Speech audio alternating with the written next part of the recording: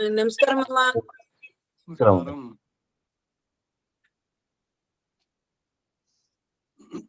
నమస్కారం అమ్మా.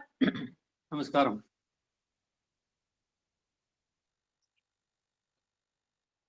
अस्मद्गुरुभ्यो नमः. अस्मत्परमगुरुभ्यो नमः. अस्मत्सर्वगुरुभ्यो नमः. श्रीमते रामानुजाय नमः. श्रीमान् वेङ्कटनाथार्यः कवितार्किककेसरी वेदान्ताचार्यवर्यो मे सन्निधत्तां सदा हृदि. गुरुभ्यः तद्गुरुभ्यश्च नमो भागमदीमहे वृणीमहे च तत्राद्यो दम्पती जगदाम्पती स्वशीशभूतेन मया स्वीयैः सर्वपरिच्छदैः विधातुं प्रीतमात्मानं श्रीमान् प्रकमदे स्वयं शुक्लाम्बरधरं विष्णुं शशिवर्णं चतुर्भुजं प्रसन्नवदनं ध्यायेत् सर्वविघ्नोपशान्तिये. यस्यद्वृतवक्त्राद्याः परिषद्याः परशतं विघ्नान् निघ्नन्ति सततं विश्वक्सेनं तमाश्रये. दिव्याकारं सरोजाक्षं शङ्खचक्रगदाधरं मुकुन्दद्वारनिलयं विश्वक्सेनमुपास्महे. व्यासं वसिष्ठनप्तारं शक्तये पौत्रमकल्मषम्बराचरात्मजं वन्दे शुकदातं तपोनिधिं. व्यासाय विष्णुरूपाय व्यासरूपाय विष्णवे नमो वै ब्रह्मनिधये वासिष्ठाय नमो नमः. अधिकाराय शुद्धाय नित्याय परमात्मने सदैकरूपरूपाय विष्णवे सर्वजिष्णवे सम्यज्ञाय कलापेन महता भारतेन च उपब्रह्मितवेदाय नमः. व्यासाय विष्णवे मुनिं स्निग्धाम्बुदभासं वेदव्यासं कल्मषं वेदव्यासं सरस्वत्यां वासं व्यासं नमाम्यहम्. अचतुर्वदनो ब्रह्मा द्विबाहुरपरो हरिः अपारलोचनशम्भुः भगवान् बादरायणः.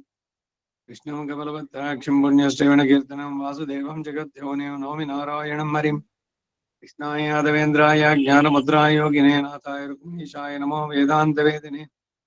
सारथ्यमर्जुनौ स्यायो कुर्वन् गीतामृतं ददौ लोकत्रयोपकाराय तस्मै कृष्णात्मने नमः. सर्वोपनिषदो गावः दुग्धा गोपालनन्दनः पार्थो वत्सस्वती भोक्ता दुग्धं गीतामृतं महत्. मननिर्मोचनं पुंसां जलस्नानं देने सगद्गीतां भजिस्नानं संसारमलमोचनं. गीतासु गीता कर्तव्या किमन्यशास्त्रविस्तरैः या स्वयं पद्मनाभस्य मुखपद्माद्रिः सदाः. सर्वशास्त्रमयी गीता सर्वदेवमयोरिः सर्वतीर्थमयी गंगा सर्वधर्ममयो मनुः. यस्मिन् प्रसादमुखे कवियोऽपि देते शास्त्राण्यजासुर्यायन्महिमाश्रयाणि. कृष्णेन तेन यदि स्वयमेव गीतं शास्त्रस्य तस्य सदृशं किमस्ति शास्त्रम्. भीष्मद्रोणतटा जयद्रथ जलागान्धार नीलोत्पल शल्यग्राहवती कृपेण वनी कर्णेन वेलाकुलाम्. अश्वत्थाम विकर्णघोरमकरा दुर्योधनावर्तिनी सोत्तीर्णा खलु पाण्डवैरणनदी कैवर्तके केशमे. नमोऽस्तु ते व्यासविशालबुद्धे पुल्लारविन्दायतपत्रनेत्रा येन त्वया भारततैलपूर्णः प्रज्वालितो ज्ञानमयप्रदीपः. प्रपन्नपारिजाताय स्तोत्रवेत्रैकपाणिये ज्ञानमुद्राय कृष्णाय गीतामृतदये नमः. वसुदेवसुतं देवं कंसचाणूरमर्दनम् देवकी परमानन्दं कृष्णं वन्दे जगद्गुरुम्. पाराशर्यवचः सर्वयमरं गीतार्थगन्धोत्कटं नानाख्यानकेसरं हरिकथा सम्बोधनाबोधितम्. लोके सज्जन षट्पदैरहरः पीपीयमानं मुदान्वयात् भारतवङ्गजं कलिमलप्रध्वंसिनः श्रेयसे. मूकं करोति वाचालं भङ्गुं लङ्घयते गिरिं यत्कृपातमहं वन्दे परमानन्दमाधवम्. यं ब्रह्मा वरुणेन्द्रवृद्धमरुदस्तुन्वन्ति दिव्यैस्तवैः वेदैः साङ्गपदक्रमोपनिषदैः गायन्ति यं सामगाः. ध्यानावस्थितदग्धेन मनसा पश्यन्ति यं योगिनो यस्यान्तं न विदुःसुरासुरगणम्. देवाय तस्मै नमः.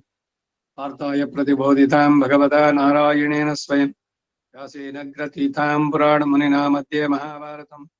अद्वैतामृतवर्षिणीं भगवतीम् अष्टादशाध्यायिनीम् अम्ब त्वामनुसन्दधामि भगवद्गीते भवद्वेषिणीम्.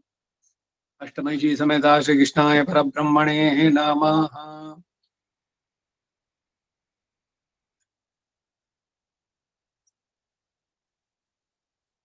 अतः श्रीमद्भगवद्गीतासु उपनिषत्सु ब्रह्मविद्यायां योगशास्त्रे श्रीकृष्णार्जुनसंवादे अक्षरब्रह्मयोगो नाम अष्टमाध्याय 27 श्लोकः 27ನೇ ಶ್ಲೋಕ.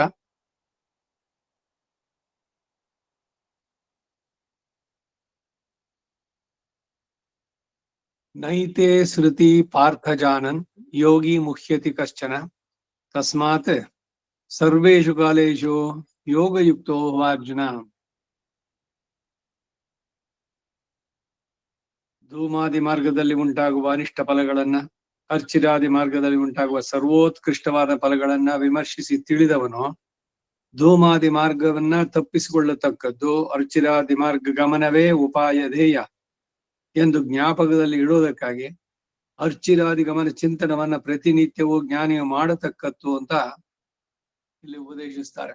ಹೇ ಪಾರ್ಥ, ಅರ್ಜುನನೇ, ಏತೇ ಶ್ರುತಿ ಉತ್ಕೃಷ್ಟ ಅಪಕೃಷ್ಟ ಫಲಗಳನ್ನು ಹೊಂದಿಸುವಂತಹ ಈ ಎರಡು ಅರ್ಚಿರಾದಿ ಧೂಮಾದಿ ಮಾರ್ಗಗಳನ್ನ ಜಾನನ್ ವಿವೇಕಿಸಿ ತಿಳಿದು ಯೋಗಿ ಕಶ್ಚನ ಯಾವ ಉಪಾಯ ನಿಷ್ಠನೋ ನ ಮುಖ್ಯತಿ ಮೋಹವನ್ನು ಹೊಂದೋದಿಲ್ಲ, ಮೋಸ ಹೋಗೋದಿಲ್ಲ. ಅಂದ್ರೆ ಉತ್ಕೃಷ್ಟವಾದ ಫಲದಾಯಕವಾದದನ್ನ ತ್ಯಜಿಸಿ ಅಪಕೃಷ್ಟವಾದದ್ದನ್ನ ಅಂಗೀಕರಿಸೋದಿಲ್ಲ. ಇವೆರಡು ಮಾರ್ಗದಲ್ಲಿರುವ ವ್ಯತ್ಯಾಸವನ್ನ ವಿಮರ್ಶಿಸಿ ತಿಳಿದವನೀಗ ಅಜ್ಞಾನದಿಂದ ನಿಕೃಷ್ಟ ಫಲದಾಯಕವಾದದ್ದನ್ನ ಅವಲಂಬಿಸಬಹುದು. ವಿಮರ್ಶಿಸಿ ತಿಳಿದವನೀಗ ಎಂದಿಗೂ ಮೋಸ ಹೋಗುವುದಿಲ್ಲ ಅನ್ನೋದು ಭಾವ. ಈ ಅರ್ಜುನನೇ, ತಸ್ಮಾತ್ ಆ ಕಾರಣದಿಂದ ಸರ್ವೇಷು ಕಾಲೇಶು ಸಮಸ್ತ ದಿನಗಳಲ್ಲೂ ಮಾಡುವಂತ ಧ್ಯಾನ ಕಾಲಗಳಲ್ಲಿ ಯೋಗಯುಕ್ತೋ ಭವ, ಅರ್ಚಿರಾದಿ ಮಾರ್ಗವಾಗಿ ತನಗೆ ಗತಿ ಉಂಟಾದಕ್ಕದ್ದು ಎಂಬ ಗತಿ ಚಿಂತನವನ್ನ ಮಾಡುವವನಾಗು. ಈ ಶ್ಲೋಕದಲ್ಲಿ ಪಾರ್ಥ ಅರ್ಜುನ ಎಂದು ಎರಡು ಸಂಬೋಧನೆ. ಈ ಹಿತೋಪದೇಶ ಕಾಲದಲ್ಲಿ ಪರಮ ಪುರುಷನಿಗೆ ಇರುವಂತಹ ನಿರುಪಮವಾದ ಪ್ರೀತಿಯ ಅತಿಶಯವನ್ನ ಇದು ತಿಳಿಸುತ್ತೆ. ಅಂತಹ ಹಿತೋಪದೇಶ ಕಾಲದಲ್ಲಿ ಹೇ ಅರ್ಜುನ ಎಂದು ಸಲಿಗೆಯಿಂದ ಮಾಡಿದ ಸಂಬೋಧನೆ ಸ್ವಾಮಿಯ ಸೌಲಭ್ಯ ಸೌಶಲ್ಯಾದಿ ಗುಣಗಳನ್ನ ಪ್ರಕಟಿಸುತ್ತೆ. ಈ ಎರಡು ಶ್ರುತಿಗಳ ತಾರತಮ್ಯವನ್ನ ಅರಿತವನು ನ ಮುಹ್ಯತಿ ಮೋಹ ಹೊಂದುವುದಿಲ್ಲ.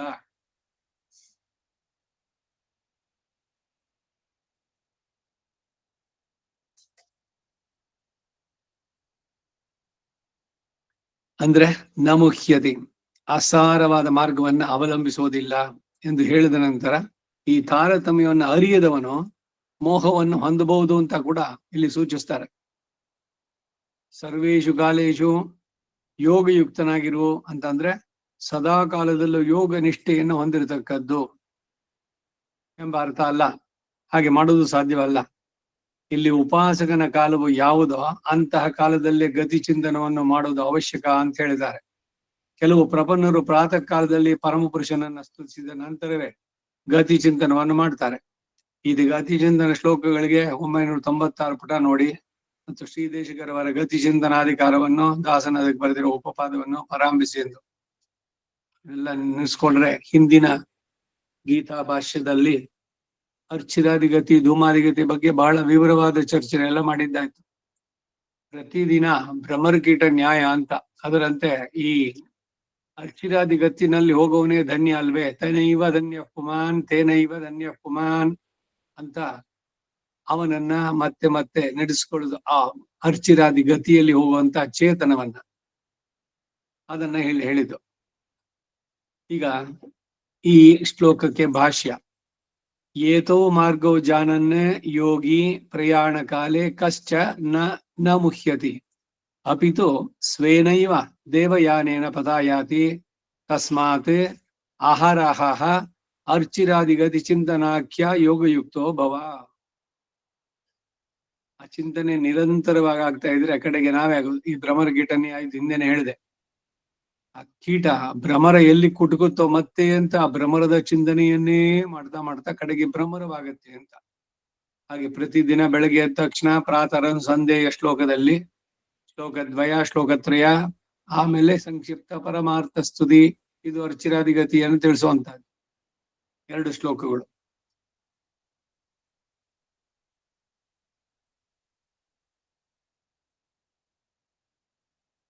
ಇದರ ಕನ್ನಡ ಅರ್ಥ ಮಾರ್ಗ ಚಿಂತನೆ ಕೂಡ ಉಪಾಸನದ ಹಾಗೆ ಪರಮ ಪುರುಷನ ಪ್ರಾಪ್ತಿ ಉಪಾಯ ರೂಪವಾದದ್ದು ಅಂತಂದ್ರೆ ಮಾರ್ಗ ಜ್ಞಾನವು ಇದ್ದರೆ ದೇಹಾವಸಾನ ನಂತರ ಪರಮ ಪದವನ್ನು ಕುರಿತು ಹೋಗುವವನಿಗೆ ಮೋಹ ವ್ಯಾಕುಲ ಇರುವುದಿಲ್ಲ.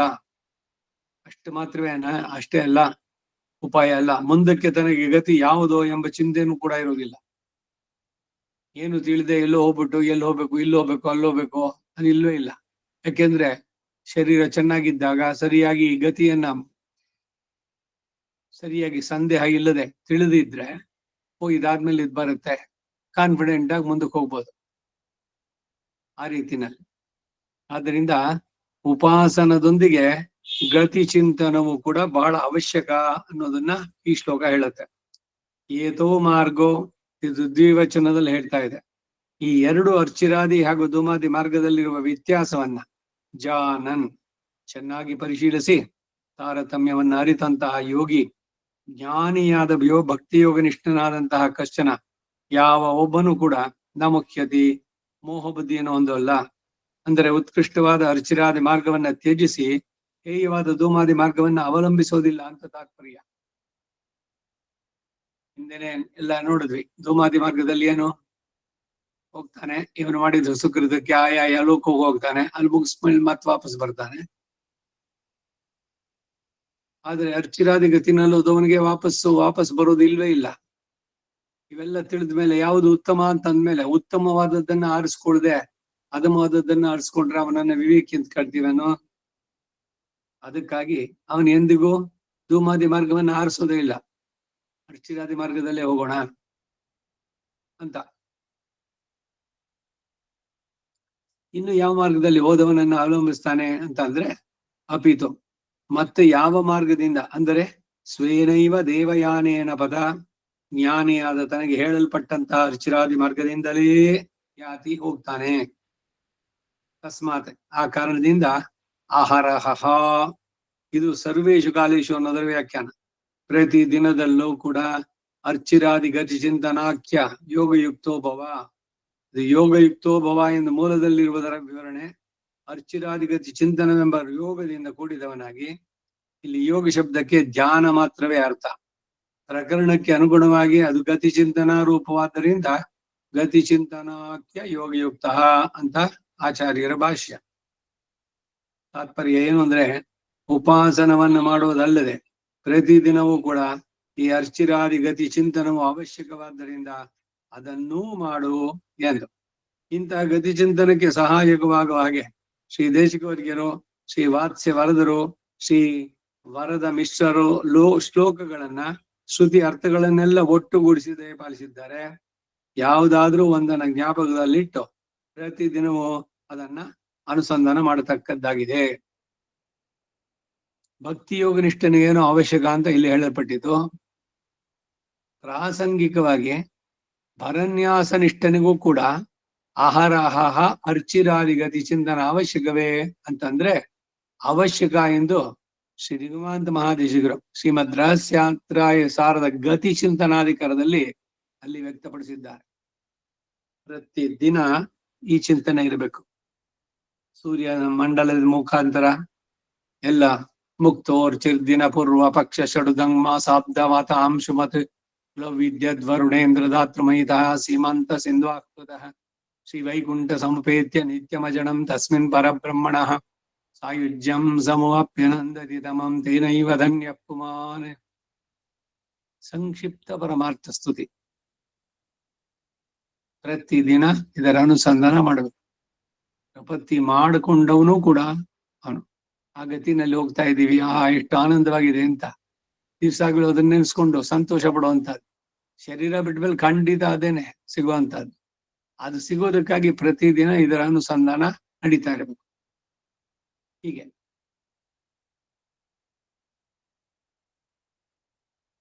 ಮುಂದಕ್ಕೆ ಭಾಷ್ಯದ ಅವತಾರಿಕೆ.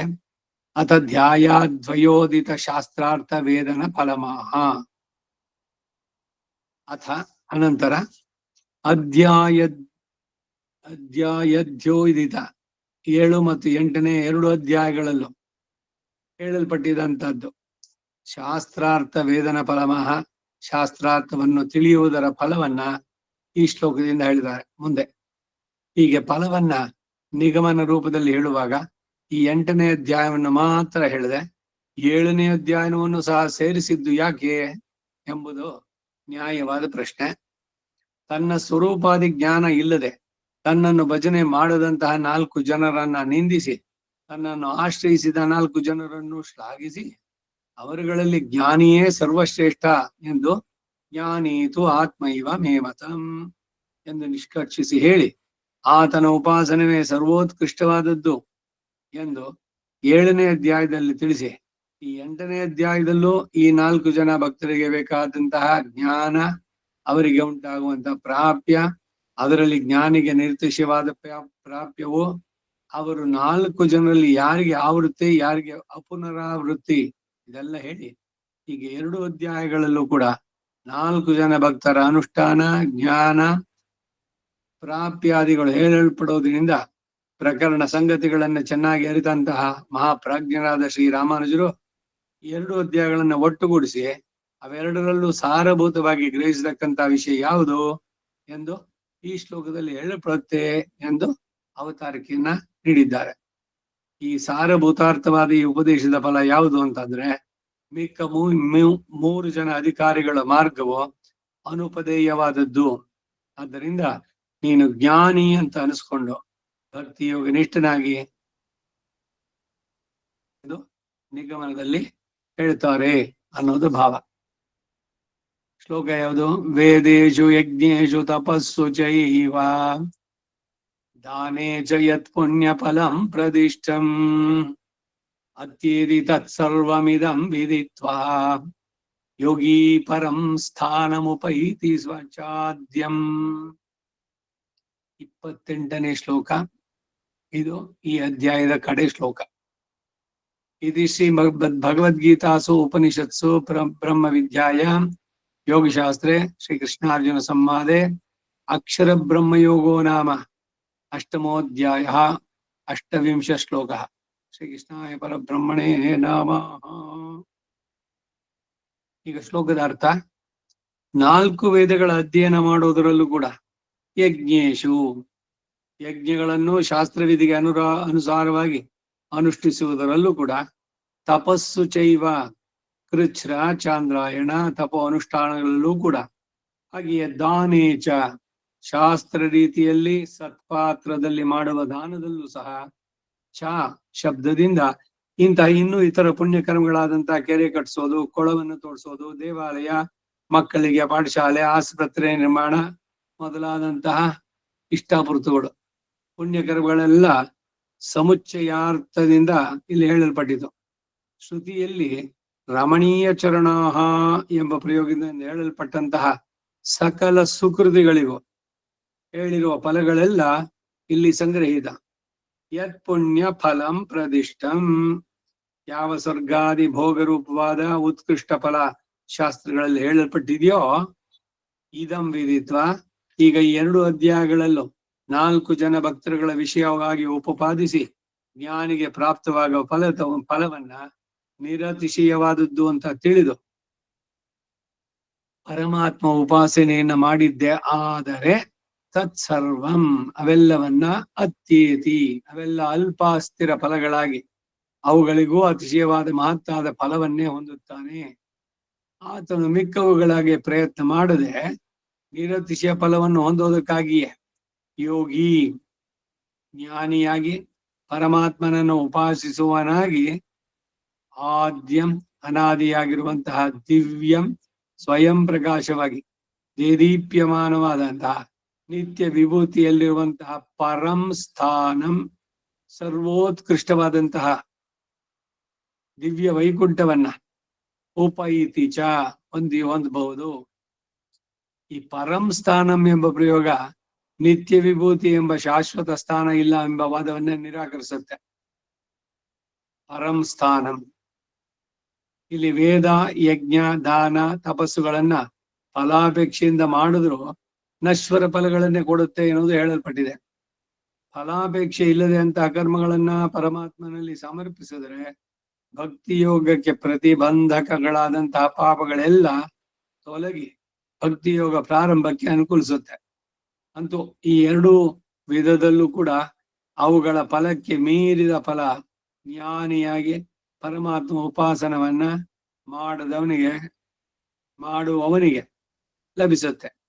ಈ ಅಭಿಪ್ರಾಯಗಳು ಮುಂದೆ 10ನೇ ಅಧ್ಯಾಯದಲ್ಲಿ 53ರಿಂದ 55ನೇ ಶ್ಲೋಕಗಳಲ್ಲಿ ಉಪಪಾದಿಸಲ್ಪಟ್ಟಿದೆ. ಮತ್ತೆ ನಾಹಂ ವೇದೈರ್ನ ತಪಸ ಅನ್ನೋ ಶ್ಲೋಕದಿಂದ ಕೇವಲ ವೇದ, ಯಜ್ಞ, ದಾನ, ತಪಸ್ಸುಗಳು ನನ್ನ ಸಾಕ್ಷಾತ್ಕಾರ ಉಂಟು ಮಾಡಿ ಮೋಕ್ಷವನ್ನು ಕೊಳ್ಳಲಾರದು ಅಂತ ಹೇಳಿ, ಭಕ್ತಿಯಾತು ಅನನ್ಯಯ, ಎಂಬ ಶ್ಲೋಕದಲ್ಲಿ ಭಕ್ತಿ ಯೋಗನಿಷ್ಠನಾಗಿ ನನ್ನನ್ನು ಉಪಾಸಿಸುವಂತಹ ಜ್ಞಾನಿಯಾದರೇನೆ ಅವನಿಗೆ ಮೋಕ್ಷ ಪ್ರಾಪ್ತಿ ಅಂತ ಹೇಳಿದ್ದಾರೆ.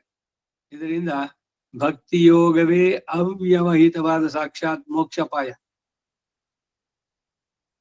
ವೇದ, ಯಜ್ಞ, ದಾನ, ತಪಸ್ಸುಗಳು ಕರ್ತೃತ್ವ ಫಲತ್ಯಾಗ ಪೂರ್ವಕವಾಗಿ ಅನುಷ್ಠಾನ ಮಾಡಿದ್ರೆ ಆ ಭಕ್ತಿ ಯೋಗಕ್ಕೆ ಅದು ಸಾಧನ. ಫಲದಲ್ಲಿ ಆಸೆಯನ್ನ ಇಟ್ಟು ನಡೆಸಿದ್ರೆ ನಶ್ವರ ಫಲದಾಯಕಗಳಾಗತ್ತೆ ಎಂಬುದು ತಾತ್ಪರ್ಯ. ಹೀಗೆ 4 ಜನ ಭಕ್ತರ ಪ್ರವೃತ್ತಿ, ಫಲ ಮೊದಲಾದವುಗಳಲ್ಲಿ ಇರುವಂತಹ ತಾರತಮ್ಯದ ಕಾರಣ. ಒಂದು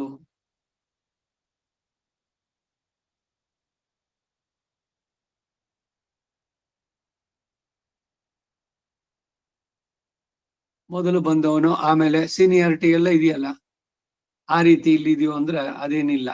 ಅದಕ್ಕಾಗಿ ಹೇಳ್ತಾ ಇದೆ, ನಶ್ವರವಾದಂತಹ ಫಲಗಳು ಮತ್ತೆ ಮತ್ತೆ ಸಂಸಾರದಲ್ಲಿ ಬೀಳೋದಕ್ಕೆ ಬರೋದು, ಅಲ್ಪವಾದದ್ದು, ಅಸ್ಥಿರವಾದದ್ದು, ಧನ ಧಾನ್ಯ ಪಶು ಬಹುಪತ್ರ ಲಾಭ ಶತ ಸಂವತ್ಸರಂ ದೀರ್ಘಮಾಯು ಇವೆಲ್ಲ ಬಿಟ್ಟು ಮತ್ತೊಮ್ಮೆ ಈ ಹುಟ್ಟು ಸಾವಿನ ಚಕ್ರಕ್ಕೆ ಬೀಳದೆ ಬಿಡಿಸ್ಕೊಳ್ಳೋದು ಇದೆಯಲ್ಲ, ಅದು ಪರಮ ಶ್ರೇಯಸ್ಕರವಾದದ್ದು. ಆ ಮಾರ್ಗ ಬಹಳ ಶ್ರೇಷ್ಠವಾದದ್ದು. ಅದು ಯಾರಿಗೆ ಅಂದ್ರೆ ಜ್ಞಾನಿಯಾದವನೇ ಅದಕ್ಕೆ ಅವನಿಗೆ ಮೋಕ್ಷ ಯೋಗನ ಭಕ್ತಿ ಯೋಗನಿಷ್ಠನಾಗಿ ನನ್ನನ್ನು ಉಪಾಸಿಸುವಂತಹ ಜ್ಞಾನಿಯಾದ್ರೇನೆ ಮೋಕ್ಷ ಪ್ರಾಪ್ತಿ ಅಂತ ಹೇಳಿದೆ. ಇದರಿಂದ ಭಕ್ತಿ ಯೋಗವೇ ಅವ್ಯವಹಿತವಾದ ಸಾಕ್ಷಾತ್ ಮೋಕ್ಷೋಪಾಯ. ವೇದ, ಯಜ್ಞ, ದಾನ, ತಪಸ್ಸು ಕರ್ತೃತ್ವ ಫಲತ್ಯಾಗ ಪೂರ್ವಕವಾಗಿ ಅನುಷ್ಠಾನ ಮಾಡಿದ್ರೆ ಅದು ಭಕ್ತಿ ಯೋಗಕ್ಕೆ ಸಾಧನವಾಗತ್ತೆ. ಫಲದಲ್ಲಿ ಆಸಕ್ತಿ ಬಿಟ್ಟು ಸಂಬಂಧ ತ್ಯಾಗ, ಇದು ನಂದು ಅನ್ನುವಂಥದ್ದನ್ನ, ಮತ್ತೆ ಕರ್ತೃತ್ವ ತ್ಯಾಗ, ನಾನು ಮಾಡ್ತಾ ಇದ್ದೀನಿ, ಈ 3 ಹೋಗ್ಬೇಕು. ಫಲ, ಕರ್ತೃತ್ವ, ಸಂಬಂಧ.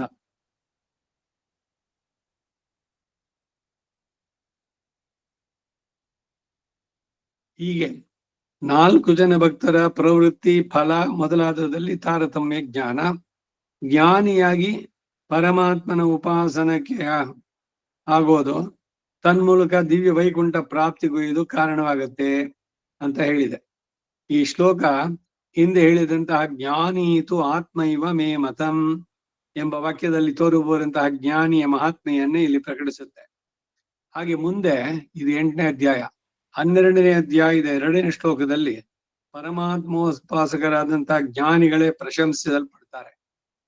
ಮಯ್ಯಾವೇಶ್ಯ ಮನೋ ಯೇ ಮಾಂ ನಿತ್ಯಯುಕ್ತ ಉಪಾಸತೆ ಶ್ರದ್ಧಯ ಪರಯೋಪೇತ ತೇ ಮೇ ಯುಕ್ತತಮಾ ಮತಃ ಅಂತ ಜ್ಞಾನಿಗಳೇ ಶ್ರೇಷ್ಠರು ಅಂತ ಸೈದ್ಧಾಂತಿಕವಾಗಿ ಹೇಳಿದೆ.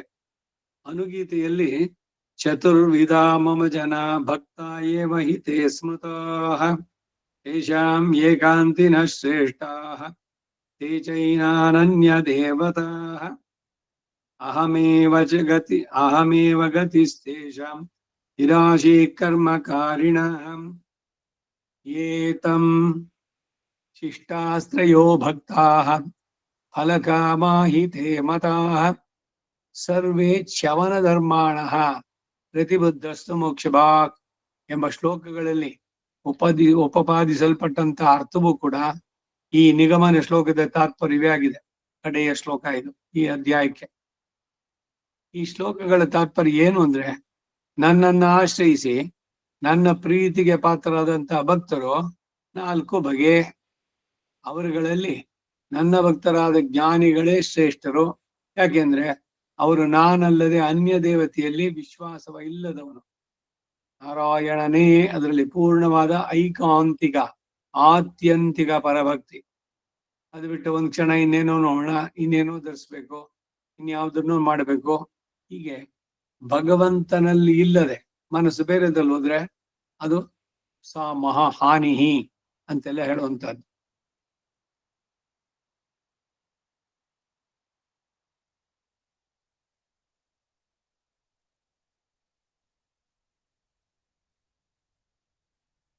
ಯಾಕೆ ಇಷ್ಟೆಲ್ಲ ಹೇಳಿದ್ದು ಅಂತಂದ್ರೆ, ಜ್ಞಾನಿಯಾದವನು ನನ್ನನ್ನಲ್ಲದೆ ಅನ್ಯ ದೇವತೆಯಲ್ಲಿ ವಿಶ್ವಾಸ ಇಲ್ಲದವರು, ಆದ್ದರಿಂದ ನನ್ನಲ್ಲೇ ಮನಸ್ಸನ್ನ ಇಟ್ಟಿರೋರು, ಅವರಿಗೆ ನಾನೇ ಗತಿ. ಇನ್ನು ಯಾವ ಫಲದಲ್ಲೂ ಆಶೆ ಇಲ್ಲದವರು ವಿಹಿತ ಕರ್ಮಗಳನ್ನ ನನ್ನ ಆರಾಧನೆ ರೂಪದಲ್ಲಿ ನಡೆಸ್ತಾರೆ. ಜ್ಞಾನಿ ಅಲ್ಲದಂತಹ ಇನ್ನು 3 ಜನ ಇದ್ರಲ್ಲ, ಆರ್ತೋ ಅರ್ಥಾರ್ಥಿ ಜಿಜ್ಞಾಸು, ಅವರು ನನ್ನನ್ನೇ ಪ್ರಾಪ್ಯವಾಗಿ ಬಯಸದೆ ಇತರ ಫಲಗಳಾದಂತಹ ಐಶ್ವರ್ಯಾದಿ ಪ್ರಾಪ್ತಿಯನ್ನು, ಸ್ವರ್ಗಾದಿ ಪ್ರಾಪ್ತಿಯನ್ನು, ತನ್ನ ನೈಜ ಸ್ವರೂಪದ ಪ್ರಾಪ್ತಿಯನ್ನು ಇವುಗಳನ್ನು ಬಯಸೋರು. ಅದರಿಂದ ಇವರ 3 ಜನ 3 ಕೆಟಗರಿ ನಿರತಿಶಯ ಪ್ರಾಪ್ಯವಾದಂತಹ ಸ್ಥಾನದಿಂದ ಜಾರಿ ಬೀಳ್ತಾರೆ. ಆದರೆ ಈ 4 ಜನರಲ್ಲಿ ಮಹಾಪ್ರಾಜ್ಞನಾದವನಾದ್ರೂ ಮೋಕ್ಷಾರ್ಥಿಯಾದಂತಹ ಜ್ಞಾನಿಯೇ ಅಂತ. ಇಲ್ಲಿ ಆರ್ತನು ಅರ್ಥಾರ್ಥಿ ಚವನ ಧರ್ಮ ಉಳ್ಳವರು ಅಂತ ಹೇಳಿದ್ದೇನೋ ಸರಿ ಹೋಯ್ತು. ಜಿಜ್ಞಾಸುವಿಗೆ ಅಪುನರಾವೃತ್ತಿ ಸಿದ್ಧವಾಗಿರುವಾಗ ಈತನು ಚವನ ಧರ್ಮ ಹೇಗೆ ಅಂದರೆ, ಮೋಕ್ಷವು ಒಡನೆಯೇ ಪ್ರಾಪ್ತವಾಗದೆ ಇರೋದರಿಂದಾಗಲಿ ಅಥವಾ ಆತನಿಗಿರುವ ಈಗಿನ ಸ್ಥಳ ಆಶಾಶ್ವತವಾದ್ದರಿಂದ, ಆಶಾಶ್ವತ ಅಲ್ಲ, ಮುದ್ರಾ ರಾಕ್ಷಸ.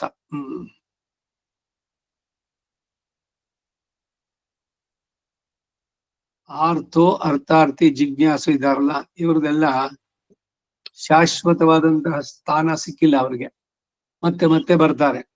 ಐಶ್ವರ್ಯ ಅದು ಇದನ್ನು ಬರೆದವರು. ಅದಕ್ಕಾಗಿ ಅವರು ಚವನ ಧರ್ಮ ಅಂತ ಹೇಳಿ.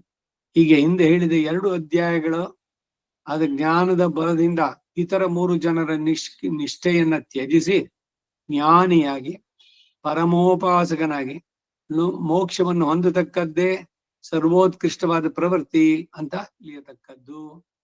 ಇದರಿಂದಲೂ ಕೂಡ ವಿದಿತ್ವ ಯೋಗಿ ಪರಂ ಸ್ಥಾನಂ ಉಪೈತಿ ದಿವ್ಯಂ ಎಂದು ಪ್ರಯೋಗದಿಂದಲೂ ಮುಂದಿನ ಅಧ್ಯಾಯದಲ್ಲಿ ಭಕ್ತಿಯೋಗದ ವಿಷಯವೇ ಹೇಳಲ್ಪಡುತ್ತೆ ಎಂಬುದು ಅದೇ ಈ ಲೀಲಾ ಸಾರಥಿಯ ಉಪದೇಶದಲ್ಲಿ ಸಾರವತ್ತವಾದ ಭಾಗ ಎಂದು ಕೂಡ ಸೂಚಿತ.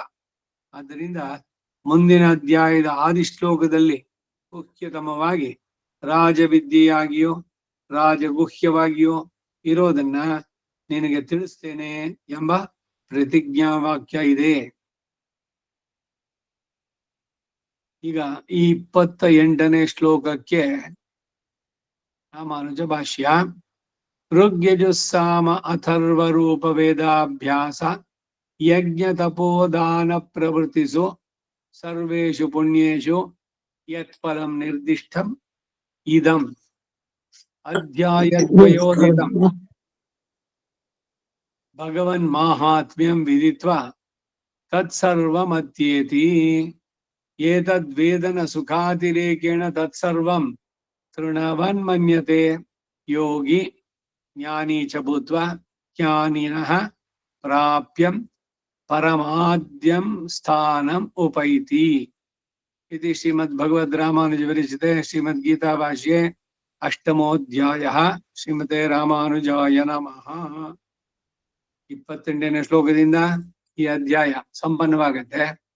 ಈ ಭಾಷ್ಯದಿಂದ ಇವರು ರಾಮಾನುಜ ಬರೆದಂತ ಭಾಷ್ಯ ಈ ಅಧ್ಯಾಯಕ್ಕೆ ಅದು ಕೂಡ ಸಂಪನ್ನವಾಗತ್ತೆ ಅಂತ. ಈಗ ಭಾಷ್ಯದ ಅರ್ಥ: ಯೋಗಿಯಾಗಿ ಭಗವಂತನನ್ನು ಉಪಾಸಿಸಬೇಕು ಅನ್ನುವಂತ ಇಚ್ಛೆ ಉಂಟಾಗಬೇಕಾದ್ರೆ ಇತರ ಭಕ್ತಿ ಯೋಗ ನಿಷ್ಠೆಗಳಿಂದ ಉಂಟಾಗತಕ್ಕಂತಹ ಅಲ್ಪ ಅಸ್ಥಿರ ಫಲ ಜ್ಞಾನಿಯು ಭಕ್ತಿಯೋಗ ನಿಷ್ಠೆಯಿಂದ ಮಹತ್ತಾದ ಶಾಶ್ವತ ಫಲವನ್ನ ಪ್ರಾಪ್ತವಾಗುತ್ತೆ ಅನ್ನೋ ಜ್ಞಾನ, ಆ ಜ್ಞಾನದೊಂದಿಗೆ ತಾನೇ ಇವನು ಉಪಾಸನೆ ಮಾಡೋದು, ಅದು ಅವಶ್ಯಕ. ಆದ್ದರಿಂದಲೇ ಏವಂ ವಿದಿತ್ವ ಅಂತ ಇಲ್ಲಿ ಹೇಳಿರೋದು. ಇಂತಹ ತಾರತಮ್ಯ ಜ್ಞಾನವು ಹಿಂದಿನ 2 ಅಧ್ಯಾಯಗಳಲ್ಲೂ ಹೇಳಲ್ಪಟ್ಟಿದ್ದನ್ನು ಒಟ್ಟುಗೂಡಿಸಿ ನಿಗಮನ ಈ ಶ್ಲೋಕದಲ್ಲಿ ಹೇಳುತ್ತೆ ಎಂದು ಭಾವದಿಂದ ಇದು ಅವತಾರಿಕೆ ಪಡಲ್ಪಟ್ಟಿದೆ. ಋಗ್ಯಜುಸ್ಸಾಮ ಅಥರ್ವ ರೂಪ ಪ್ರಭೃತಿಷು 4 ವೇದಗಳ ಅಭ್ಯಾಸ ಏನು, ಯಜ್ಞ ಅನುಷ್ಠಾನಗಳೇನು, ಕೃಚ್ಛ್ರ ಚಾಂದ್ರಾಯಣಾದಿ ತಪಸ್ಸುಗಳು, ದಾನ ಇವೇ ಮೊದಲಾದಂತಹ ಸರ್ವೇಶು ಪುಣ್ಯೇಶು ಸಮಸ್ತಗಳಾದ ಪುಣ್ಯ ಕರ್ಮಗಳಲ್ಲಿ ಅಂತಂದ್ರೆ ಅವುಗಳ ಅನುಷ್ಠಾನಗಳಿಗೆ ಯತ್ ಪುಣ್ಯ ಫಲಂ ನಿರ್ದಿಷ್ಟಂ ಯಾವ ಯಾವ ಪುಣ್ಯಫಲ ಶಾಸ್ತ್ರದಲ್ಲಿ ಹೇಳಲ್ಪಟ್ಟಿದೆಯೋ ಇದಂ ಅಂದರೆ ಅಧ್ಯಾಯದ್ವಯೋದಿತಂ ಭಗವನ್ ಮಾಹಾತ್ಮ್ಯಂ, ಇಂದಿನ 7 ಮತ್ತು 8ನೇ ಅಧ್ಯಾಯಗಳಲ್ಲಿ ಹೇಳಲ್ಪಟ್ಟಂತಹ ಭಗವಂತನ ಮಹಾತ್ಮೆಯನ್ನ ವಿದಿತ್ವ ವಿಮರ್ಶಿಸಿ ತಿಳಿದವನಾಗಿ, ತತ್ ಸರ್ವಮತ್ಯೇತಿ ಅಂದರೆ ಏತದ್ ವೇದನ ಸುಖಾತಿರೇಕೇಣ, ಈ ಪರಮಾತ್ಮ ಉಪಾಸನದಿಂದ ಉಂಟಾಗುವಂತಹ ನಿರತಿಶಯ ಸುಖದಿಂದ, ತತ್ ಸರ್ವಂ ಅವುಗಳ ಫಲ ಎಲ್ಲವನ್ನು ಕೂಡ ತೃಣವನ್ಮನ್ಯತೆ ಹುಲ್ಲು ಕಡ್ಡಿಯಂತೆ ಭಾವಿಸಿ ಅದಕ್ಕೆ ಯಾವ ಪ್ರಾಶಸ್ತ್ಯವನ್ನು ನೀಡಲ್ಲ. ಇದು ಅತ್ಯೇತಿ ಎಂಬುದರ ತಾತ್ಪರ್ಯ. ತೃಣವಾಗಿ ಭಾವಿಸುವನು. ಇಲ್ಲಿ ಯಜ್ಞ ದಾನ ತಪಸ್ಸುಗಳೊಂದಿಗೆ ವೇದಗಳನ್ನು ಸೇರಿಸಿರೋದು ವೇದಾಧ್ಯಯನಕ್ಕೂ ಸಹ ಯಜ್ಞ ದಾನ ತಪಸ್ಸುಗಳ ಹಾಗೆ ಸುಕೃತ ಫಲ ಉಂಟು ಎಂಬ ಭಾವದಿಂದ ಹೇಳಲ್ಪಟ್ಟಿತ್ತು ಅಂತ ಭಾವಿಸಬೇಕು. ಆದ್ದರಿಂದಲೇ ವೇದೇಶು ಎಂಬುದಕ್ಕೆ ವೇದಾಭ್ಯಾಸ ಪ್ರವೃತ್ತಿಷು ಯತ್ ಫಲಂ ನಿರ್ದಿಷ್ಟಂ ಎಂಬ ಭಾಷ್ಯ. ವೇದಾಭ್ಯಾಸಕ್ಕೂ ಸಹ ಯಜ್ಞ ದಾನ ತಪಸ್ಸುಗಳ ಹಾಗೆ ಪಾಪ ನಿವಾರಕತ್ವ ಪ್ರಮಾಣ ಸಿದ್ಧವಾದದ್ದು. ಇಲ್ಲಿ ಹೇಳಿರುವ ಚಕಾರವು ಸಮುಚ್ಚಯಾರ್ಥವನ್ನು ತೋರಿಸುತ್ತೆ ಅಂತ ತಿಳಿಸೋದಕ್ಕಾಗಿ ಬೇರೆ ಬೇರೆಯಾಗಿ ವೇದೇಶು ಯಜ್ಞೇಶು ಎಂದು ಮೂಲದಲ್ಲಿ ಹೇಳಿದ್ರು, ಅವುಗಳನ್ನು ಒಟ್ಟುಗೂಡಿಸಿ ಸಮಾಸ ಪದವಾಗಿ ವ್ಯಾಖ್ಯಾನ ಮಾಡಿ ಪ್ರಭೃತಿಷು ಎಂಬ ಪ್ರಯೋಗ. ವೇದಾಭ್ಯಾಸವು ಸಹ ಬ್ರಹ್ಮಯಜ್ಞದಲ್ಲಿ ಸೇರಿದ್ದಾಗೆ ನಿತ್ಯದಲ್ಲಿ ಅಂತರ್ಗತವಾಗುವುದರಿಂದ ಅದರ ಸಮುಚ್ಚಯವೂ ಹೇಳಲ್ಪಟ್ಟಿತು. ಅದಕ್ಕೂ ಕೂಡ ಪಾಪ ನಿವಾರಕತ್ವ ಇರುವುದರಿಂದಲೇ ಶ್ರೀರಾಮಾನುಜರು ಯತಿವರ್ಯರು ಪ್ರಥಮ ಸ್ತೋತ್ರ ಭಾಷ್ಯದಲ್ಲಿ ಅಧೀತ ವೇದ ಪುರುಷ ಭಕ್ತಿಯೋಗ ನಿಷ್ಠೆಯಲ್ಲಿ ಸ್ವಯಮೇವ ಪ್ರವರ್ತತೆ ಎಂದು ಅಪ್ಪಣೆಗೊಳಿಸಿದ್ದಾರೆ. ಇಲ್ಲಿ ವಿದಿತ್ವ ಎಂಬ ಶಬ್ದವು ಪರೀಕ್ಷೆ ಲೋಕಾನ್ ಕರ್ಮ ಚಿತಾನ್ ಎಂಬ ಶ್ರುತಿ ಮುಂಡಕೋಪನಿಷತ್ತು 1:2-12 ಅಲ್ಲಿ ಹೇಳಿದ ಹಾಗೆ ವಿವೇಕಿಸಿ ತಿಳಿದು ಎಂಬ ಅರ್ಥವುಳ್ಳದ್ದು. ವಿದಿತ್ವ ಎಂಬಲ್ಲಿರುವ ಧಾತುವಿನಿಂದ ವೇದನ ಉಪಾಸನಾರ್ಥವನ್ನ ಸೂಚಿಸುವುದರಿಂದ ಮುಂದಿನ ಅಧ್ಯಾಯದಲ್ಲಿ ಪರಮಾತ್ಮ ಉಪಾಸನವಾದ ಭಕ್ತಿಯೋಗವು ಹೇಳಲ್ಪಡುತ್ತೆ ಎಂಬ ಧ್ವನ್ಯರ್ಥವು ಕೂಡ ಇಲ್ಲಿ ಸೂಚಿತ. ಪುಣ್ಯ ಫಲಂ ಎಂಬ ಪ್ರಯೋಗದಿಂದ ವೇದಾಧ್ಯಯನ ಯಜ್ಞ ದಾನ ತಪಸ್ಸುಗಳ ಫಲವೇ ನಿತ್ಯಗಳಲ್ಲವಾದರೂ ಶ್ರೇಯಸ್ಕರವಾದದ್ದು ಅಂತ ಹೇಳಲ್ಪಟ್ಟಿತು. ಆದರೆ ಇವುಗಳು ನಶ್ವರವಾದುದು ಎಂಬುದು ತಿಳಿದು ಭಕ್ತಿಯೋಗ ನಿಷ್ಠನಾಗುವವರಿಂದ ಉಂಟಾಗುವಂತಹ ಶ್ರೇಯಸ್ಸಾದರೂ ನಿರತಿಶಯವಾಗಿ ಶಾಶ್ವತವಾದ್ದರಿಂದ ಇವೆಲ್ಲಕ್ಕಿಂತಲೂ ಸರ್ವೋತ್ಕೃಷ್ಟವಾದದ್ದು ಅಂತ ಕೃಷ್ಣ ಇಲ್ಲಿ ತಿಳಿಸುವಂತಹದ್ದು, ಉಪದೇಶಿಸೋದು. ಇವುಗಳು ನಶ್ವರ ಫಲದಾಯಕಗಳು ಎಂದು ಬಿಡತಕ್ಕದ್ದಲ್ಲ. ಫಲಕರ್ತೃತ್ವ ಮಮತಾ ತ್ಯಾಗ ಅದರ ಪೂರ್ವವಾಗಿ ಅನುಷ್ಠಿಸತಕ್ಕದ್ದೇ ವಿನಃ ಸುಮ್ಮನೆ ಬಿಡತಕ್ಕದ್ದಲ್ಲ ಅಂತ ಮುಂದೆ 18ನೇ ಅಧ್ಯಾಯ 15ನೇ ಶ್ಲೋಕದಲ್ಲಿ ಹೇಳ್ತಾರೆ. ಇದಂ ವಿದಿತ್ವ ಎಂಬಲ್ಲಿ ಈ 2 ಅಧ್ಯಾಯಗಳಿಂದ ಕೂಡಿದ ಭಗವಂತನ ಮಹಾತ್ಮೆಯನ್ನ ವಿದಿತ್ವ ಎಂಬ ಶ್ರೀ ಯತಿವರ್ಯ ವ್ಯಾಖ್ಯಾನ ಸಾಭಿಪ್ರಾಯವಾದದ್ದು. ಪ್ರಥಮ ಸೂತ್ರದಲ್ಲಿ ಹೇಳಿರುವ ಹಾಗೆ ಕೇವಲ ವೇದಾಧ್ಯಯನವು ಯಜ್ಞ ದಾನ ತಪಸ್ಸುಗಳ ಫಲವು ಶ್ರೇಯೋರೂಪವಾದರೂ ಕೂಡ ಅಲ್ಪ ಅಸ್ಥಿರಗಳಾಗುತ್ತವೆ. ಪರಮಾತ್ಮ ಉಪಾಸನ ರೂಪವಾದ ಭಕ್ತಿ ಯೋಗ ಅನಂತ ಸ್ಥಿರ ಫಲವಾದುದಾಯ್ದು ಎಂಬ ಜ್ಞಾನವನ್ನ ಹೊಂದಿದವನಾಗಿ ಎಂಬ ಪ್ರಥಮ ಸೂತ್ರದಲ್ಲಿ ಹೇಳಿರುವ ಅರ್ಥ ಇಲ್ಲಿ ಸೂಚಿಸುತ್ತೆ. ಅನಂತರ ಯೋಗಿ ಅಂತಂದ್ರೆ ಜ್ಞಾನೀಚ ಭೂತ್ವ, ಜ್ಞಾನಿಯಾಗಿ ಅಂದ್ರೆ ನನ್ನನ್ನೇ ಉಪಾಸಿಸುವವನಾಗಿ, ಜ್ಞಾನಿನಃ ಪ್ರಾಪ್ಯಂ, ಜ್ಞಾನಿಗೆ ಹೇಳಿರುವಂತಹ ಪ್ರಾಪ್ಯವನ್ನ ಅದು ಯಾವುದು ಅಂತಂದ್ರೆ ಪರಮಾದ್ಯ ಸ್ಥಾನ, ಸೃಷ್ಟಿ ಸ್ಥಿತಿ ಲಯಾದಿಗಳಿಗೆ ಸಿಕ್ಕದಂತಹ ಸರ್ವೋತ್ಕೃಷ್ಟವಾದಂತಹ ಅನೋದಿಯಾಗಿರುವ ಸ್ಥಾನವಾದ ವೈಕುಂಠವನ್ನ ಉಪೈತಿ ಹೊಂದುತ್ತಾನೆ. ಇಲ್ಲಿ ಸ್ನಾನಮುಪೈತಿ ಎಂಬುದಕ್ಕೆ ಪರಬ್ರಹ್ಮ ಸ್ಥಾನವೇ ಅದನ್ನು ಹೊಂದುತ್ತಾನೆ ಎಂದು ಅದ್ವೈತಾರ್ಥವನ್ನು ಉಪಾದಿಸಬೇಕೆಂಬ ಆಸೆಯಿಂದ ಹಾಗೆ ಅರ್ಥ ಮಾಡೋದು ಉಚಿತವಾಗಿ ತೋರಿ ಬರುವುದಿಲ್ಲ. ಒಂದು ಸ್ಥಾನ ವಿಶೇಷವೇ ಎಂಬ ಅರ್ಥವು ಸ್ಪಷ್ಟವಾಗಿ ತೋರುವಾಗ ಬೇರೆ ವಿಧವಾಗಿ ಅರ್ಥ ಮಾಡುವುದು ನ್ಯಾಯ ಅಲ್ಲ. ಕಣ್ಣಿನ ಎದುರೇ ನೇರವಾಗಿದೆ, ಅದಕ್ಕೆ ಪ್ರಮಾಣ ಇನ್ನೇನಾರು ಅದರಲ್ಲಿ ಇತ್ತು ಇದ್ರಲ್ಲಿ ಇತ್ತು ಅಂತ ಹೇಳೋದು ಅವಶ್ಯಕೇನೋ? ಪ್ರತ್ಯಕ್ಷವಾಗಿ ಏನಲ್ಲಿ ಪ್ರಮಾಣ ನೇರವಾಗಿ ಕಾಣೋದು. ಅಂಗೈಯಲ್ಲಿ ನೆಲ್ಲಿಕಾಯಿ ಹಿಡಿದಂತೆ ಅಂತ ಅಷ್ಟು ಹತ್ತಿರದಿಂದ ಸ್ಪಷ್ಟವಾಗಿ ಪಡೆಯೋದು, ಈ ಎಲ್ಲ ಅರ್ಥಗಳು ಅದರಲ್ಲಿ ಸೇರಿರುವಂತದ್ದು. ಹೀಗೆ ವೈಕುಂಠಂ ಉಪೈತಿ,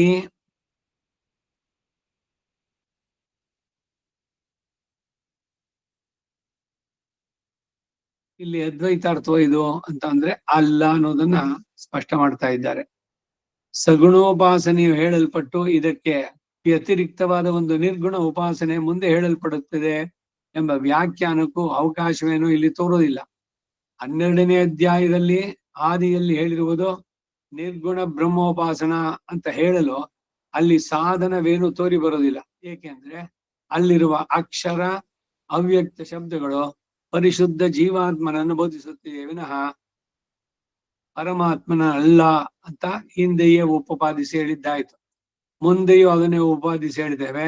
ಆದ್ದರಿಂದ ಆದ್ಯಂ ಪರಂ ಸ್ಥಾನಂ, ದಿವ್ಯ ವೈಕುಂಠವಾದ ಅನಾದಿಯಾದ ಅಪ್ರಾಕೃತವಾದ ಸ್ಥಾನ, ಇಂತಹ ಸ್ಥಾನವೊಂದುಂಟು ಅಂತ ರುದ್ರಾದಿತ್ಯ ವಸೂನಾಂಚ ತಥಾನ್ಯೇಷಾಂ ದಿವೌಕಸಾಂ ಏತೆ ವೈ ನಿರಯಾಸ್ತಾತ ಸ್ಥಾನಸ್ಯ ಪರಮಾತ್ಮನಃ. ಮಹಾಭಾರತದಲ್ಲಿ ಶಾಂತಿ ಪರ್ವ 196ನೇ ಅಧ್ಯಾಯದಲ್ಲಿ 6ನೇ ಶ್ಲೋಕ. ಪರಮಾತ್ಮನ ಅಪ್ರಾಕೃತವಾದ ದಿವ್ಯ ಲೋಕಕ್ಕೆ ಈ ಸತ್ಯಲೋಕ, ರುದ್ರಲೋಕ, ಇಂದ್ರಲೋಕಗಳ ಇದೆಲ್ಲ ಹೋಲಿಸಿದ್ರೆ ಇವುಗಳೆಲ್ಲ ನರಕಪ್ರಾಯವಾದದ್ದೇ. ಈ ಎಲ್ಲ ಲೋಕಗಳು ಅಷ್ಟೇ. ಯಾಕೆಂದ್ರೆ ಇಲ್ಲಿಂದ ವಾಪಸ್ ಬರಬೇಕು. ಕ್ಷೀಣೇ ಪುಣ್ಯೇ ಮರ್ತ್ಯ ಲೋಕಂ ವಿಶಂತಿ. ಅದರಿಂದ ಆ ರೀತಿ ಅಲ್ಲ ಅಂತ ಹೇಳ್ತಾರೆ. ವೈಕುಂಠದ ಆನಂದ ಆ ಸಾಯುಜ್ಯದಲ್ಲಿ ಸಿಗುವುದು, ಅದನ್ನ ಯಾವ ಇತರ ಲೋಕಗಳ ಪ್ರಾಪ್ತಿಗೆ ಮಾಡಿದ್ದು ಕೂಡ ಸಾಟಿಯಾಗಲಾರದು ಅನ್ನೋದನ್ನ ಹೇಳ್ತಾ ಇದ್ದಾರೆ. ಪರಮಾತ್ಮನಃ ಸ್ಥಾನಂ ಅಂತಿರೋದ್ರಿಂದ ಪರಮಾತ್ಮನೇ ಸ್ಥಾನ ಅಂತ ಹೇಳಲು ಸಾಧ್ಯ ಇಲ್ಲ. ಮತ್ತು ಸುಮ್ಮನೆ ಪರಮಾತ್ಮನಃ ಎಂದು ಇದೆಯೇ? ವಿನಾ ನಿರ್ಗುಣ ಸಗುಣ ವಿಶೇಷಗಳಿಲ್ಲ. ಅಪ್ರಾಕೃತ ನಿತ್ಯ ವಿಭೂತಿ ಉಂಟು ಎಂದು ಶ್ರುತಿ ಸ್ಮೃತಿ ಪುರಾಣಾದಿಗಳಲ್ಲಿ ಇದು ಸಿದ್ಧ.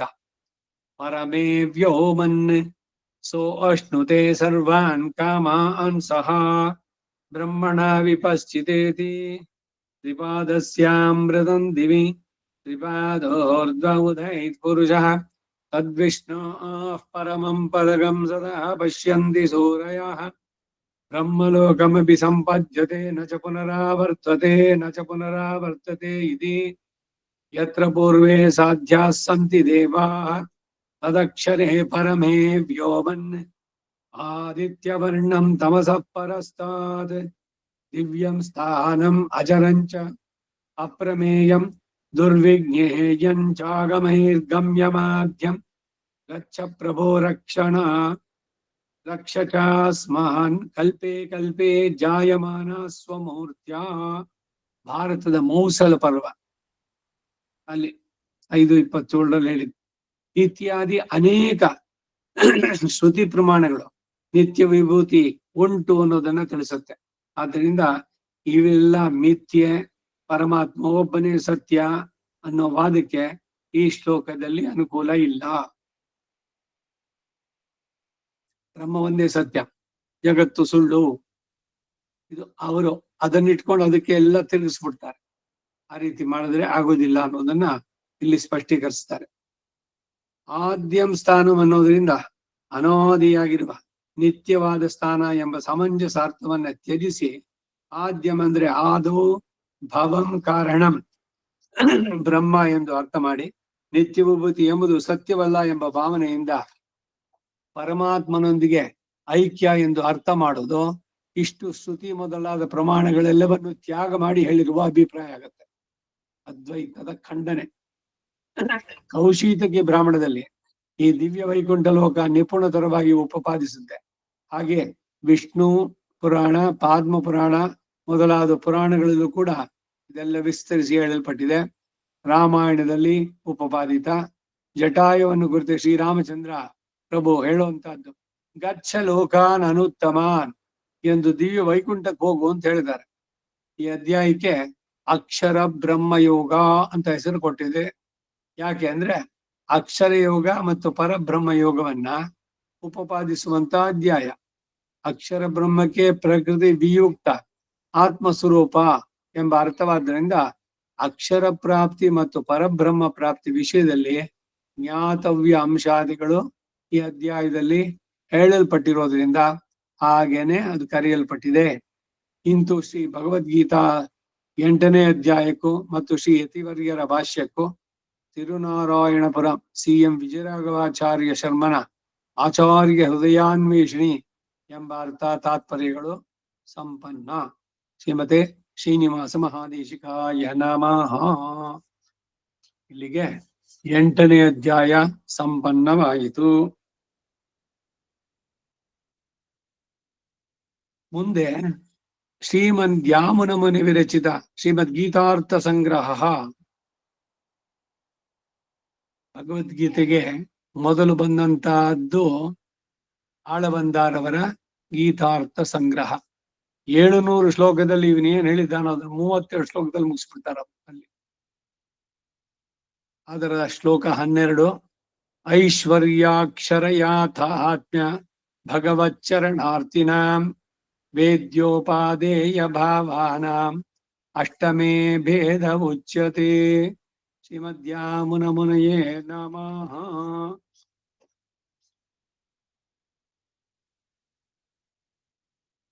ಐಶ್ವರ್ಯ ಅಕ್ಷರ ಯಾಥಾತ್ಮ ಭಗವಚ್ಚರಣಾರ್ಥಿನ ಐಹಿಕ ಐಶ್ವರ್ಯಾದಿಗಳನ್ನು ಕಳೆದುಕೊಂಡು ಅವುಗಳ ಪುನಃ ಪ್ರಾಪ್ತಿಯನ್ನು ಅಪೇಕ್ಷಿಸುವಂತಹ ಆರ್ತರೇನು, ಐಹಿಕ ಪಾರಲೌಕಿಕ ಸ್ವರ್ಗಾದಿ ಭೋಗಗಳನ್ನು ಪ್ರಾರ್ಥಿಸುವ ಅರ್ಥಾರ್ಥಿಗಳೇನು. ಅಕ್ಷರ ಯಾಥಾತ್ಮ್ಯ ಅಂತಂದ್ರೆ ಜೀವಾತ್ಮನ ಯಥಾರ್ಥ ಸ್ವರೂಪ ಪ್ರಾಪ್ತಿ, ಪ್ರಕೃತಿ ವಿಯುಕ್ತವಾದಂತಹ ಆತ್ಮ ಪ್ರಾಪ್ತಿಯನ್ನ ಅಪೇಕ್ಷಿಸುವ ಜಿಜ್ಞಾಸುವೇನು. ಭಗವಂತನ ಶರಣವನ್ನೇ ಪ್ರಾಪ್ಯವಾಗಿ ಅಪೇಕ್ಷಿಸುವಂತಹ ಜ್ಞಾನಿಗಳೇನು. ಇವರುಗಳಿಗೆ ವೇದ್ಯೋಪಾದೇಯ ಭಾವನ ತಿಳಿಯಬೇಕಾದ ಮತ್ತು ಗ್ರಾಹ್ಯವಾದವು ಅವುಗಳ ಭೇದ ವ್ಯತ್ಯಾಸವು ಅಷ್ಟಮಿ 8ನೇ ಅಧ್ಯಾಯದಲ್ಲಿ ಉಚ್ಯತೆ ಹೇಳಲ್ಪಡುತ್ತೆ ಅಂದ್ರು. ಇಲ್ಲಿನ ಐಶ್ವರ್ಯ ಶಬ್ದಕ್ಕೆ ಸ್ವಾಮಿ ನಿಗಮಾಂತ ಮಹಾದೇಶಿಕರು ಇಂದ್ರ ಪ್ರಜಾಪತಿ ಪಶುಪತಿ ಭೋಗ್ಯ ಭೋಗೋಪಚೀತ ಭೋಗ ಅಂತಂದ್ರು. ಇಂದ್ರ ಚತುರ್ಮುಖ ಬ್ರಹ್ಮ ರುದ್ರರ ಭೋಗಕ್ಕಿಂತಲೂ ಅತಿಶಯವಾದಂತಹ ಭೋಗ ಇಲ್ಲಿ ಉಂಟು ಅಂತ ಹೇಳ್ತಾ ಇದ್ದಾರೆ. ಇದರಿಂದ ಕೆಲವರು ಐಹಿಕ ಐಶ್ವರ್ಯ ಇಂದ್ರಲೋಕದ ಭೋಗಗಳ ಪ್ರಾಪ್ತಿಗಾಗಿ ಉಪಾಸನೆಯ ಗೀತದಲ್ಲಿ ಹೇಳಲೇ ಇಲ್ಲ ಅಂತ ಅಭಿಪ್ರಾಯ ಪಡ್ತಾರೆ. ಇವರುಗಳ ಲೋಕದ ಭೋಗೈಶ್ವರ್ಯಕ್ಕಿಂತ ಮೇಲಾದಂತಹ ಒಂದು ಲೋಕ ಉಂಟು, ಅಂತಹ ಲೋಕದ ಭೋಗೈಶ್ವರ್ಯವನ್ನು ಬಯಸ್ತಾರೆ ಎಂದು ಹೇಳ್ತಾರೆ. ವೈಕುಂಠ ಲೋಕ ವಿನಃ ಮಿಕ್ಕ ಎಲ್ಲ ಬ್ರಹ್ಮಾಂಡದ ಸಮರ್ಥ ಲೋಕಗಳು ಕೂಡ ಒಟ್ಟುಗೂಡಿಸಿ ಹೇಳುವಾಗ ಆ ಬ್ರಹ್ಮ ಭುವನಾಲ್ ಲೋಕಾಹ ಎಂಬ ಪ್ರಯೋಗ ಇರೋದ್ರಿಂದ ಸತ್ಯಲೋಕಕ್ಕೂ ಮೇಲಾಗಿ ಪುನರಾವೃತ್ತಿಗೆ ಕಾರಣವಾಗಿ ಇರುವಂತ ಯಾವ ಲೋಕವೋ ಅದು ಅಂತ ಕೇಳಿದ್ರೆ ಪ್ರತ್ಯುತ್ತರ ಇಲ್ಲ. ಇದು ಅಲ್ಲದ ಗೀತೆಯಲ್ಲೂ ಕೂಡ ಐಹಿಕ ಐಶ್ವರ್ಯಾದಿಗಳ ಪ್ರಾಪ್ತಿಗಳಾಗಿಯೂ ಸ್ವರ್ಗಾದಿಗಳ ಭೋಗಕ್ಕಾಗಿಯೂ ಉಪಾಸನವೇ ವಿಧಿಸಲಿಲ್ಲ ಎಂದು ಹೀಗೆಲ್ಲ ಅನನ್ವಯವಾಗಿ ವಾದಿಸುವಂತವರು ಒಬ್ಬ ರಾಜ ರಾಜ್ಯವನ್ನು ಕಳೆದುಕೊಂಡು ಆರ್ತನಾಗಿ ಅದರ ಪುನಃಪ್ರಾಪ್ತವಾಗಿ ಭಗವದ್ ಉಪಾಸನೆಯನ್ನು ಮಾಡಿಕೊಡದೆ ಐಹಿಕಾದಿ ಪ್ರಾಪ್ತಿಗೂ ಸ್ವರ್ಗಾದಿ ಭೋಗಗಳಾಗಿಯೋ ಆತ್ಮಯಾತಾತ್ಮ ಪ್ರಾಪ್ತಿಗಾಗಿಯೋ ಕಡೆಗೆ ಮೋಕ್ಷ ಪ್ರಾಪ್ತಿಗಾಗಿಯೋ ಈ ಉಪಾಸನವನ್ನಾಗಲಿ ಪರನ್ಯಾಸವನ್ನಾಗಲಿ ಮಾಡಬಹುದು. ಚತುರ್ವಿಧ ಭಜಂತೆ ಮಾಂ ಅನ್ನುವ ಜಾಗದಲ್ಲಿ ತೋರಿಸುವ ಅಭಿಪ್ರಾಯವನ್ನೇ ಪ್ರಕಟಪಡಿಸಿ ಲಕ್ಷ್ಮಿಗೂ ಸಹ ಇವುಗಳನ್ನು ಅನುಗ್ರಹಿಸುವ ಅಧಿಕಾರ ಉಂಟು ಅಂತ ಹೇಳಿ ಶ್ರೀಸ್ತುತಿಯಲ್ಲಿ 16ರಿಂದ 21 ಆ 6 ಶ್ಲೋಕಗಳಲ್ಲಿ ದೇಶಿಕರವರು ಉಪಪಾದಿಸ್ತಾರೆ. ಆರ್ತೋ ಅರ್ಥಾರ್ಥಿ ಜಿಜ್ಞಾಸು ಜ್ಞಾನಿಗಳಾದಂತಹ 4 ವಿಧ ಅಧಿಕಾರಿಗಳಿಗೂ ಪರಮಾತ್ಮನ ಹಾಗೆ ಲಕ್ಷ್ಮಿಗೂ ಅವರವರುಗಳ ಪ್ರಾರ್ಥಿಸಿದ ಫಲವನ್ನು ಕೊಡುವ ಶಕ್ತಿ ಆಕೆಯ ವಾಲ್ಲಭ್ಯ ಅತಿಶಯದಿಂದ ಉಂಟಾಯಿತು ಅಂತ ಉಪಪಾದಿಸ್ತಾರೆ. ಭ್ರಷ್ಟೈಶ್ವರ್ಯನಾದ ಆರ್ತನಿಗೆ ತನ್ಮತೆ ಸಂಪದೋಗಾಹ ಎಂದು ಹೇಳಿರೋದ್ರಿಂದ ಐಹಿಕ ಸಂಪತ್ತಿಂದ ಅರ್ಥ ಮಾಡಬೇಕಾಗತ್ತೆ. ಏಕೆಂದ್ರೆ ಭ್ರಷ್ಟ ಐಶ್ವರ್ಯ ಶಬ್ದವೇ ಇಹಲೋಕದ ಐಶ್ವರ್ಯವನ್ನು ಕಳೆದುಕೊಂಡವನು ಆರ್ತನು ಎಂಬುದನ್ನು ವ್ಯಕ್ತಪಡಿಸುತ್ತೆ. ಸ್ವರ್ಗಾದಿ ಲೋಕದ ಐಶ್ವರ್ಯನ ಕಳ್ಕೊಂಡ್ರೆ ಈಗ ಜನ್ಮ ಎತ್ತಿರೋವನಿಗೆ ಅದರ ಸ್ಮರಣೆ ಆಗಲಿ ಅಂತಹ ಐಶ್ವರ್ಯಕ್ಕಾಗಿ ಉಪಾಸನೆ ಮಾಡಬೇಕೆಂಬ ಇಚ್ಛೆ ಆಗಲಿ ಉಂಟಾಗುವುದು ಸಾಧ್ಯವಿಲ್ಲ. ಐಹಿಕ ಐಶ್ವರ್ಯವನ್ನ ಕಳೆದುಕೊಂಡು ದೀನನಾಗಿ ಅದನ್ನು ಹೊಂದಬೇಕು ಅಂತ ಉಪಾಸನೆ ಮಾಡಿದವನೇ ಆರ್ತ. ಇದ್ದ ಒಬ್ಬ ಪುತ್ರನನ್ನು ಕಳೆದುಕೊಂಡವನು ಪುನಃ ಪುತ್ರ ಪ್ರಾಪ್ತಿಗಾಗಿ ಉಪಾಸನವನ್ನು ಮಾಡಿಕೊಡದೆ ಅರ್ಥಾರ್ಥಿಯು ಐಹಿಕ ಸ್ವರ್ಗಾದಿ ಫಲಗಳೆರಡನ್ನೂ ಪ್ರಾರ್ಥಿಸಬಹುದು. ತೇಷಾಂ ಭೂಮೇರ್ ಧನಪತಿರ್ ಗೃಹ ಅಂಬದಾದ ಅಂಬುಧೇರ್ವ ಧಾರಾ ನಿರ್ಯಾಂತ್ಯಧಿಕಮಧಿಕಂ ವಾಂಛಿತಾನಾಂ ವಸೂನಾಂ. ಶ್ರೀಸ್ತುತಿ 16 ಎಂದು ಮುಂದಿನ ಈ ಮೇಲಿನ ಶ್ಲೋಕಕ್ಕೆ ಹೇಳ್ತಾರೆ. ಇವು ಈ ಲೋಕದ ಐಶ್ವರ್ಯಗಳೇ. ಹಾಗಾದರೆ ಐಶ್ವರ್ಯ ಶಬ್ದಕ್ಕೆ ಐಂದ್ರ, ಪ್ರಜಾಪತಿ, ಪಶುಪತಿ ಭೋಗಗಳಿಗಿಂತ ಹೆಚ್ಚಾದ ಐಶ್ವರ್ಯ ಎಂಬ ವ್ಯಾಖ್ಯಾನಕ್ಕೆ ತಾತ್ಪರ್ಯ ಏನು ಅಂತ ಕೇಳಿದ್ರೆ, ತನ್ನನ್ನು ಕುರಿತು ಈ ಐಶ್ವರ್ಯಕ್ಕಾಗಿಯೇ ಆದರೂ ಕೂಡ ಉಪಾಸಿಸದನಲ್ಲ ಎಂಬ ಕೃಪೆಯ ಔದಾರ್ಯದಿಂದ ಆತನು ಕೇಳಿದ್ದಕ್ಕಿಂತ ಅಧಿಕವಾಗಿ ಧ್ರುವನಿಗೆ ಧ್ರುವಮಂಡಲ ಆಧಿಪತ್ಯವನ್ನ, ಕುಚೇಲ ಪತ್ನಿಗೆ ಮನಸ ಕೋರಿದ್ದಕ್ಕಿಂತ ಹೆಚ್ಚಾದ ಧನ ಸಮೃದ್ಧಿಯನ್ನ ಕೊಟ್ಟು ಆ ಕೊಟ್ಟ ರೀತಿಯನ್ನ ಮುಂದಕ್ಕೆ ಈಗ ಐಶ್ವರ್ಯಕ್ಕಾಗಿ ಆದ್ರೂ ಕೂಡ ತನ್ನನ್ನು ಉಪಾಸಿಸ್ತಾರಲ್ಲ ಎಂಬ ಕೃಪೆಯಿಂದ ಆತನು ಜನ್ಮಾಂತರದಲ್ಲಾದ್ರೂ ಉಪಾಯ ಅನುಷ್ಠಾನವನ್ನು ಮಾಡುವ ಹಾಗೆ ಆತನಿಗೆ ಬುದ್ಧಿಯನ್ನಿಟ್ಟು ಮದ್ಭಕ್ತ ಯಾಂತಿ ಮಾಮಪಿ ಅಂತ ಹೇಳಿದಾಗ್ಲೂ ಕೂಡ ಅದೇ ರೀತಿ ನಮೇ ಭಕ್ತ ಪ್ರಣಶ್ಯತಿ ಮತ್ತು ಅಲ್ಪಮಪ್ಯಸ್ಯ ಧರ್ಮಸ್ಯ ತ್ರಾಯತೆ ಮಾತೋಭಯಾತ್ ಅನ್ನೋ ಕಡೆನಲ್ಲೂ ಕೂಡ ನಮೋ ನಮೇ ಭಕ್ತ ಪ್ರಣಶ್ಯತಿ ಅನ್ನುವ ಕಡೆಯಲ್ಲಿ ಹೇಳಿರುವ ಹಾಗೆ ಕೊನೆಗೆ ಬುದ್ಧಿಯೋಗವನ್ನು ಕೂಡ ಕೊಟ್ಟು ಕಾಮ್ಯ ಫಲದಲ್ಲಿ ವೈರಾಗ್ಯವನ್ನು ಉಂಟು ಮಾಡಿ ಹೀಗೆ ಕಡೆಗೆ ಮೋಕ್ಷಕ್ಕೆ ಹೇತುವಾಗುವಂತಹ ಐಶ್ವರ್ಯವಾದ್ದರಿಂದ ಇಂದ್ರ ಪ್ರಜಾಪತಿ ಪಶುಪತಿ ಭೋಗೇಭ್ಯೋ ಅತಿಶಯಿತ ಭೋಗ ಅಂದ್ರು. ಈ ಇಂದ್ರ ಪ್ರಾಜಾಪತ್ಯಾದಿ ಭೋಗಗಳಿಗಾದ್ರೂ ಮುಕ್ತಿಯನ್ನು ಕೊಡುವ ಶಕ್ತಿಯೇ ಇರೋದಿಲ್ಲ. ಪರಮ ಪುರುಷೋಪಾಸನದಿಂದ ಪ್ರಾಪ್ತವಾಗುವ ಐಶ್ವರ್ಯಕ್ಕಾದ್ರೂ ಕ್ರಮೇಣ ಮೋಕ್ಷವನ್ನು ಹೊಂದಿಸುವ ಶಕ್ತಿ ಅದಕ್ಕಿರೋದ್ರಿಂದ ಹಾಗೆ ಹೇಳಲ್ಪಟ್ಟಿತು ಅಂತ ಭಾವಿಸ್ಬೋದು. ಚತುರ್ವಿಧ ಭಜಂತೆ ಮಾಂ ಎಂದು ಹೇಳಿದ್ರು. ಭಕ್ತರಲ್ಲಿ ಆರ್ತನು, ಅರ್ಥಾರ್ಥಿಗಳು, ಐಶ್ವರ್ಯಾರ್ಥಿಗಳಿಂದ ಆಗೋದ್ರಿಂದ ಶ್ರೀ ಯಾಮುನೇಯರು ಇವರುಗಳನ್ನ ಐಶ್ವರ್ಯ ಅಕ್ಷರ ಯಾಥಾತ್ಮ್ಯ ಭಗವತ್ ಚರಣಾರ್ಥಿನ ಅನ್ನೋದ್ರಿಂದ ಮೂರಾಗಿ ವಿಭಾಗಿಸಿದ್ರು. ಇದನ್ನ ಅನುಸರಿಸಿ ಶ್ರೀ ಭಾಷ್ಯಕಾರರು ಕೂಡ ಮೂರಂತಾನೆ ಹೇಳ್ತಾರೆ. ಆದ್ರೆ ಆ 4ನೇದು ಅದರಲ್ಲಿ ಅನ್ವಯವಾಗಿದೆ. ವೇದ್ಯ ಉಪಾದೇಯ ಪ್ರಯೋಗದಿಂದ ಅವರುಗಳಿಗಿರುವ ಜ್ಞಾತವ್ಯ ಅಂಶಗಳಲ್ಲಿ ವ್ಯತ್ಯಾಸಗಳು, ಉಪಾಸನಾ ಕ್ರಮದಲ್ಲಿರುವ ಭೇದಗಳು, ಫಲದಲ್ಲಿ ಭೇದ ವ್ಯತ್ಯಾಸ ಮತ್ತು ನಿರ್ಯಾಣ ಮತ್ತು ಗತಿಗಳಲ್ಲಿ ಭೇದ, ಗತಿಗಳಲ್ಲಿರುವ ವಿಲಕ್ಷಣಗಳು ಎಲ್ಲವೂ ಕೂಡ ಇಲ್ಲಿ ಸಂಗ್ರಹಿತವಾದದ್ದು ಅಂತಾರೆ. ಆಳವಂದಾರ್ ತಿರುವಡಿಗಳೇ ಶರಣಂ. ಇಲ್ಲಿಗೆ 8ನೇ ಅಧ್ಯಾಯ, ಅದರ ಜೊತೆಗೆ ಗೀತಾ ಭಾಷ್ಯ, ಗೀತಾರ್ಥ ಸಂಗ್ರಹ ಇವರದು ಆಳವಂದಾರವದು ಅದು ಸಂಪನ್ನವಾಯಿತು. ವಸುದೇವ ಸುತಂ ದೇವಂ ಕಂಸ ಚಾಣೂರಮರ್ದನಂ ದೇವಕೀ ಪರಮ ಆನಂದಂ ಕೃಷ್ಣಂ ವಂದೇ ಜಗದ್ಗುರುಂ ಅತಸಿ ಪುಷ್ಪಸಂಕಾಶಂ ಹಾರನೋಪುರಶೋಭಿತಂ ರತ್ನ ಕಂಗಣಕೇಯೂರಂ ಕೃಷ್ಣಂ ವಂದೇ ಜಗದ್ಗುರುಂ ಕುಟಿಲಾಲಕ ಸಂಯುಕ್ತಂ ಪೌರ್ಣಚಂದ್ರನಿಭಾನಂ ಸತ್ಕುಂಡಲಧರಂ ದೇವಂ ಕೃಷ್ಣಂ ವಂದೇ ಜಗದ್ಗುರುಂ ಮಂದಾರಗಂಧ ಸಂಯುಕ್ತಂ ಚಾರುಹಾಸಂ ಚತುರ್ಭುಜಂ ಹರಿವಿಂಚಾಮಚೂಡಾಂಗಂ ಕೃಷ್ಣಂ ವಂದೇ ಜಗದ್ಗುರುಂ उत्फुल्लपद्मत्राक्षं नीलजीमुथनिभं यादवानां शिरोरत्नं कृष्णं वन्दे जगद्गुरुं रुक्मिणीकेळ संयुक्तं पीताम्बरसुशोभितं भावात् तुलसीगन्धं कृष्णं वन्दे जगद्गुरुं गोपिकानां भुजद्वन्द्वं कुङ्कुमाङ्कितवक्षसं श्रीनिकेतं महेश्वासं कृष्णं वन्दे जगद्गुरुं श्रीवत्साङ्गं महोरस्कं वनमाला विराजितं शङ्खचक्रधरं देवं कृष्णं वन्दे जगद्गुरुं कृष्णाष्टकमिदं पुण्यं प्रातरुत्थाय पठेते कोटिजन्मगतं पापं स्मरणेन विनश्यति। कवितार्किक सिंहाय कल्याण गुणशालिने श्रीमते वेंकटेशाय वेदांत गुरवे नमः। वादिद्विपशिरो भंगवज्जान्न पराक्रमः श्रीमान् वेंकटनाथार्यश्चिरं विजयतां भुवि मते निगमान्त महादेशिकाय नमः। श्री विजय राघवाचार्याय नमः। सर्वं श्री वासुदेवार्पणमस्तु।